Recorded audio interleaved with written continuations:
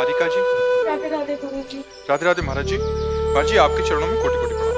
महाराज जी कह रहे हैं कि जुबान बहुत चलती है, मन में हमेशा ईर्ष्या भी रहती है, भोजन अत्यंत स्वादिष्ट होना चाहिए और गुस्सा तो उसका तो पूछो मत। महाराज जी ऐसे में कैसे प्रभु की प्राप्ति होगी महाराज? हाँ, दोस्त तो हैं।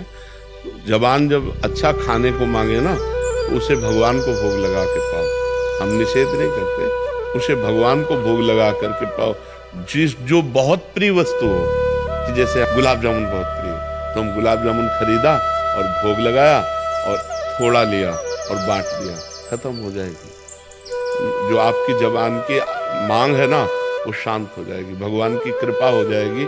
आप ऐसा कीजिए, जो बहुत प्रिय नहीं है वो तो भोग लगा के पा लीजिए, और जो बहुत प्रिय कि यार ये तो हमें बहुत प्रिय है, फिर उसको भोग लगाइए और भोग लगा के थोड़ा लीजिए और बांट दीजिए, पशु पक्षियों में बांट दीजिए। उससे तुम्हारी आसक्ति नष्ट हो जाएगी। और बोलने की बात में मौन रहिए, व्यर्थ में क्यों बोलो।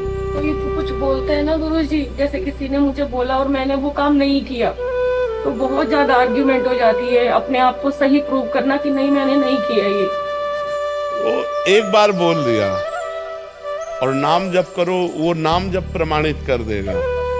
एक बच्चा जो आगे चलकर संत हुआ तो आगे की सीट में बैठा हुआ था, पीछे की सीट वाले ने 50 रुपए किसी बच्चे के ले लिए, बगल वाले के चुरा लिए, और उसको आभास हुआ कि सामने वाले बच्चे ने चुराया।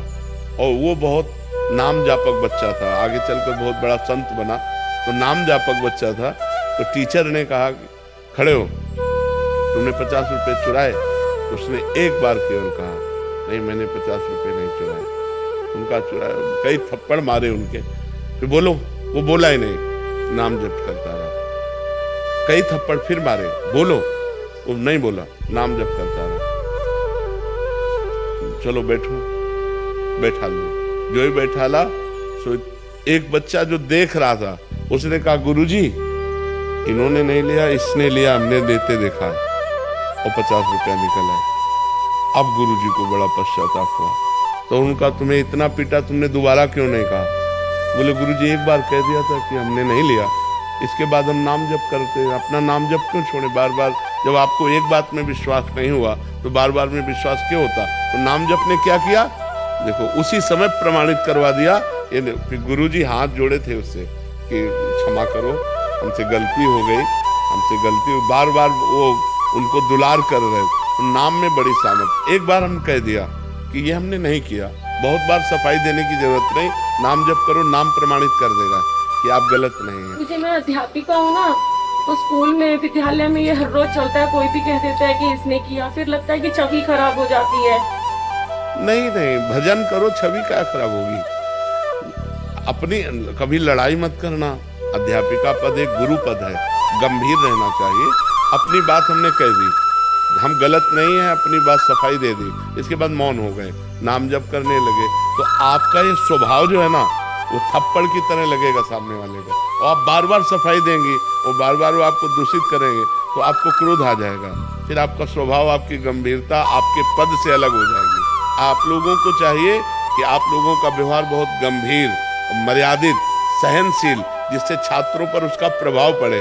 और ऐसी स्थिति तब आती जब उत्तर प्रत्युत्तर देते देते क्रोध आ गया, तो फिर वो क्रोध में थप्पड़ चलने लगते, गालियां चलने लगती, तो क्रोध तक स्थिति न पहुंचने पावे।